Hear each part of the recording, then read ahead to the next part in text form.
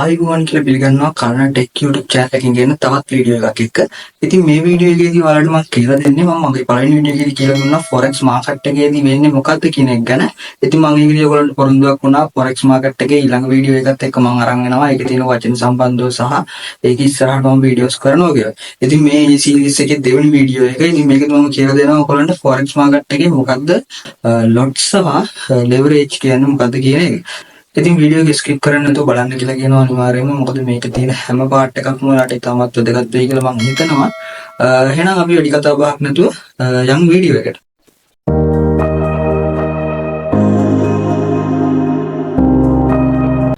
forex ගැන කියලා දෙන දෙවෙනි වීඩියෝ එක මේක. ඉතින් පළවෙනි වීඩියෝ එක බලන්න අනිවාර්යෙන් කියලා ඒකෙදි මම forex කියන්නේ මොකක්ද කියන එක ගැන කියලා දීලා තියෙනවා. ඉතින් මේ වීඩියෝ එකේදී මම ඔයගොල්ලන්ට කියලා දෙනවා forex වල මූලිකම terms දෙකක් lot and leverage කියන එක. එතකොට අපි ඔයගොල්ලෝ binary කරලා තියෙන කෙනෙක් නම් නැත්තම් මොකක් හරි වෙන මොන හරි site එකක මොන හරි investment එකක් කරපු කෙනෙක් නම් ඉතින් ඔයා දන්නවා trade එකක් අපි දානකොට මොකක් හරි order එකක් දානකොට ඒකට අපි stake එකක් දානවා. ඒ කියන්නේ යම් කිසි මුදලක් කියන අපේ capital එකෙන් යම් කිසි මුදලක් තමයි අපි trade එකට දාන්නේ. උදාහරණයක් වශයෙන් ඔයාගේ capital එක $100යි නම් ඔයාලට පුළුවන් binary option වල dollars දෙකක් risk කරන්න. ඒ කියන්නේ ඔයා trade එකට දාන්නේ $2යි. එතකොට ඔයාගේ trade එක loss වුණොත් ඔයාලට $2 නැති වෙනවා.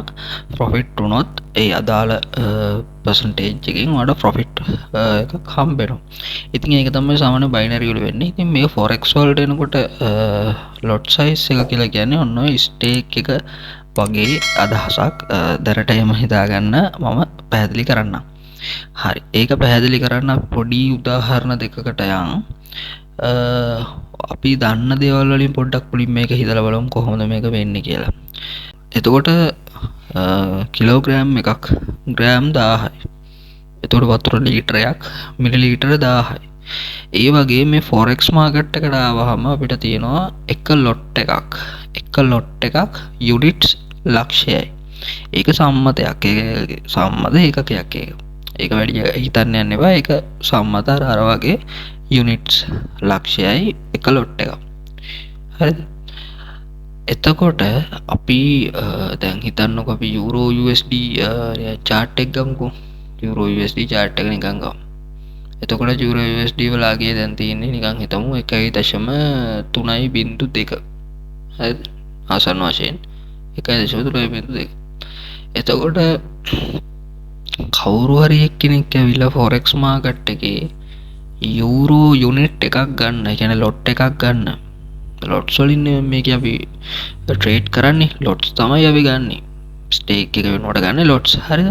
එතකොට කාට හරි කෙනෙකුට ඇවිල්ලා euro lot එකක් ගන්න. එයාට USD වලින් කොච්චර මුදලක් වැය වෙනවද කියන එක අපි හොයන්න අපිට පුළුවන් දැනට price range එක. ඒ කියන්නේ දැනට යන price එක යන්නේ 1.3.2.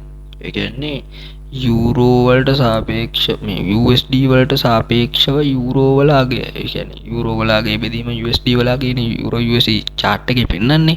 එතකොට ඔය 1.3.2 කියන එක අපිට වැඩි කරන්න වෙනවා ලක්ෂයෙන්. එතකොට තමයි අපිට ඒ සඳහා යන dollars unit ගාන හොයන්න පුළුවන්. මොකද lot එකක් සමානයි unit ලක්ෂයක්. හරිද? එතකොට අපිට euro lot එකක් ගැනීම සඳහා USD කොච්චර අපිට අවශ්‍ය වෙනවද කියන එක හොයන්න අපිට ඕනේ දැනට USD එකට සාපේක්ෂව euro එක කොච්චරද කියලා බැලුවා. ඒක 1.3.2 වැඩි කරා units ලක්ෂය. එතකොට අපිට එනවා USD කොච්චරක් ඕනද euro lot එකක් ගන්න කියලා. හරිද? එතකොට දැන් ඒක එහෙම ඔළුවේ තියාගන්න. units වලත් අපිට තියෙනවා standard units lots වල අපිට තියෙනවා standard lots, ඊළඟට micro lots, ඊට පස්සේ nano lots. ඔය වගේ ආසන්න උදාහරණයකට යන් කිලෝග්‍රෑම්, ග්‍රෑම්, මිලිග්‍රෑම්. ඒක තමයි ආසන්න උදාහරණය. දැන් standard lot එකක් කියලා කියන්නේ units ලක්ෂයක්. ඒක දැන් මම ඉස්සෙල්ලා කිව්වා. එතකොට මයික්‍රෝ ලොට්ස් වලට එනකොට ඕක 100ෙන් බෙදෙනවා. sorry 100 නෙවෙයි 10 මේ 10ෙන් බෙදෙනවා. හරිද? එතකොට යුනිට්ස් 10000ක් තමයි මයික්‍රෝ ලොට් එකක් කියලා කියන්නේ. එතකොට නැනෝ ලොට් එකක් කියලා කියන්නේ යුනිට්ස් 1000ක්. ඔය විදිහට තමයි ඔය සබ් ලොට්ස් යන්නේ. සබ් හැදිලා යන්නේ. දැන් අපි යමු නැවත කතාවට. එතකොට ඔයාලට යූරෝ ලොට් එකක් ගන්න වැය වෙනවා USD වලින් 1300, ඒ කියන්නේ 1.3.2 වැඩි කිරීම ලක්ෂ්‍ය. එතකොට මේ වගේ අගයක් ඔයාලට යනවා. එතකොට දැන් ඇත්තටම ෆොරෙක්ස් කරන්න බෑනේ. ඔයගා ඔය වගේ අගයක් නෑනේ. ඔය වගේ සල්ලියක් තියෙනවා නම් කවුරුත් ෆොරෙක්ස් කරන්නෙත් නෑ. මොකද වෙන මොකක් හරි රිස්ක් ෆ්‍රී ඉන්වෙස්ට්මන්ට් එකකට යන්න පුළුවන්, කිසි ප්‍රශ්නයක් නැහැ. ඔයාලා නැත්තම් බිස්නස් එකක් කරන්න පුළුවන්, අවුලක් නැහැ. ඉතින් ෆොරෙක්ස් කරන්න අවශ්‍ය වෙන්නේ නැහැ කාටවත්. ඉතින් ෆොරෙක්ස් කරන්න ඇයි මිනිස්සු එන්නේ? එතකොට අන්න ඒ වෙලාවේදී තමයි අපිට මෙන්න මේ ලෙවරේජ් කියන වචනය අවශ්‍ය වෙන්නේ. ඉතින් මම මගේ පළවෙනි වීඩියෝ එකේදී ඔයගොල්ලන්ට කියලා දුන්නා ෆොරෙක්ස් මාකට් එකට කාටවත් ඇවිල්ලා ඩිරෙක්ට් සල්ලි ඉන්වෙස්ට් කරන්න බෑ. ඉතින් ඒකට අපිට බ්‍රෝකර් කෙනෙක් එක්ක සම්බන්ධ වෙන්න වෙනවා. ඉතින් ඒ බ්‍රෝකර් කෙනෙක් එක්ක සම්බන්ධ වුණාම එයා තමයි අපි හරහා අපේ ගිණුමේ වැඩ කටයුතු බලන්නේ. ඉතින් මෙන්න මේ ෆොරෙක්ස් මාකට් එකේ ට්‍රේඩ් කිරීම සඳහා බ්‍රෝකර් විසින් ලබා දෙන පොඩි මුදව්වක් තමයි මොනවා ලෙවරේජ් එකයි කියලා කියන්නේ. අපි ඒක මෙන්න මෙහෙම පැහැදිලි කරගමු. ඔයා දැකලා ඇති බ්‍රෝකර් account එකක්. ඒ කියන්නේ අපි උදාහරණයක් වශයෙන් XM account එකක් ගමු. XM කියන්නේ බ්‍රෝකර් කෙනෙක්. එතකොට XM එකේ අපි account එකක් open කරනකොට අපෙන් අහනවා යා standard lots ද, micro lots ද, nano lots ද, ඒ වගේ අපෙන් අහනවා.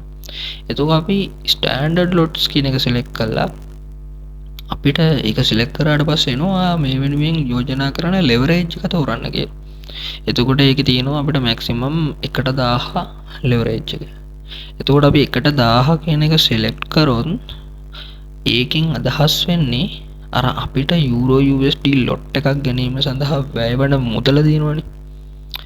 ආන්නේ මුදල 1000න් බෙදලා 1000න් බෙදලා එන value එක තියෙනවනේ. අන්න ඒ value එක පමණක් ඇති අපිට යූරෝ ලොට් එකක් මිලදී ගැනීම සඳහා. ඕක තමයි ඕකේ අර්ථය. ලෙවරේජ් එකේ අර්ථය ඕක. අපි ලෙවරේජ් එක එකට 2000 ගත්තොත් අපිට අර මුදල 2000න් බෙදලා එන ගාන තමයි අපිට ට්‍රේඩ් එකට අවශ්‍ය වෙන්නේ. ඒ ට්‍රේඩ් එක දාන්න අවශ්‍ය වෙන මුදල හොයාගන්න තමයි අපිට ලෙවරේජ් එක උදව් වෙන්නේ. සහ අපිට ෆොරෙක්ස් මාකට් එකේ ට්‍රේඩ් කිරීමට තමයි ලෙවරේජ් එක කියන එක උදව් වෙන්නේ. හරිද? එතකොට ලෙවරේජ් එකෙන් වෙන ක්‍රියාවලිය ඔන්න ඕකයි. අපිට ලොකු ලක්ෂ ගානක ඩොලර්ස් නැති හින්දා අපිට බ්‍රෝකර් විසින් ලබා දෙන පොඩි උදව්වක් තමයි ලෙවරේජ් එක කියලා කියන්නේ. එතකොට ලෙවරේජ් එක අපි 1000 දැම්මොත් අපිට අර මුලින් ආව ලොකු ලක්ෂ ගාන 1000න් බෙදලා ඒන ගාන තමයි අපිට අවශ්‍ය වෙන්නේ. එතකොට දැන් ඇත්තටම කවුරුත් කියන්නේ මම රෙකමන්ඩ් කරන්නේත් ෆොරෙක්ස් මාකට් එකේ ලොට්ස් ගණන්, ඒ කියන්නේ ලොකු ලොට්ස් ගණන් ට්‍රේඩ් කරන්න සාමාන්‍ය ට්‍රේඩර් කෙනෙක්. සාමාන්‍යයෙන් මම රෙකමන්ඩ් කරන්නේ ටිකක් ලොකු කැපිටල් එකක් නැත්තම් ඔය 0.01කින් ට්‍රේඩ් වලට එන්ටර් වෙන්න. දැන් අපි අර අතන ලොට් එකක් ගන්නනේ දැන් ඔය ගාන හෙව්වේ. එතකොට ලොට් එකක් ගන්න දැන් ඔය 1000න් බෙදලා ඔන්න ඔය හිතන්නකෝ මෙන්න මේ ගාන ආවනේ. එතකොට ලොට් එකකට මෙච්චරක් නම් 0.01 ගන්නවට කොච්චරක්ද ඕනේ කියලා හොයන්න ඔන්න ඔය ආගේ බෙදන්න 100ෙන්. එතකොට ඔයාට එනවා ලොට් 0.01 ගැනීම සඳහා ඔයාට තියෙන්න ඕන ඩොලර්ස් ප්‍රමාණය. එතකොට මේක ගොඩක් අඩු ප්‍රමාණයක් කියලා ඔයාට තේරෙනවා. රිස්ක් එක බොහොම අඩු වෙනවා ඔයාගේ. හරිද?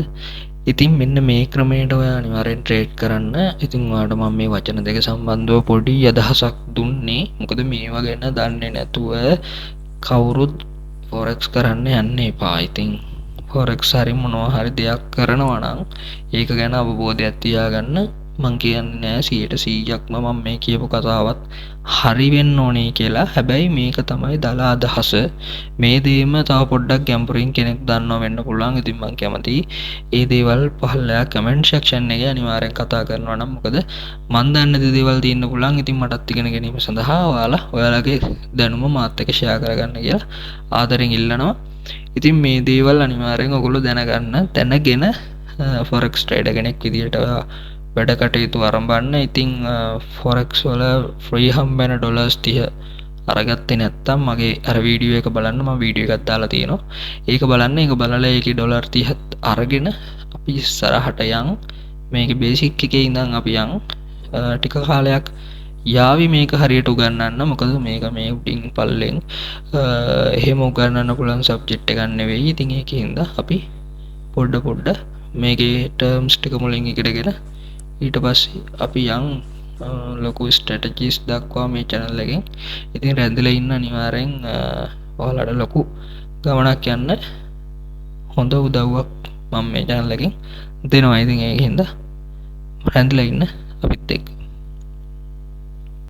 හරි, මේ වීඩියෝ එකේදී ඔයාලා දැනගන්න ඇති forex කියන එකේ අපිට බ්‍රෝකර් කෙනෙක් හා සම්බන්ධ වුණාම ඒ බ්‍රෝකර්ත් එක්ක වැඩ කරද්දී අපිට වචන දෙකක් තාමත් දෙකක් තියෙනවා. ඉතින් මේ වචන දෙක සම්බන්ධව මූලික අදහසක් මම අද ලබා දුන්නා කියලා මම හිතනවා. ඉතින් ඔයගොල්ලන්ට පැහැදිලි වෙන්නේ නැති ලොට් එකක් කියන්නේ මොකද්ද සහ ඒ වෙනුවෙන් ඒ හරහා ගොඩ නැගෙන ලෙවරේජ් එක කියන්නේ මොකද්ද කියන එක.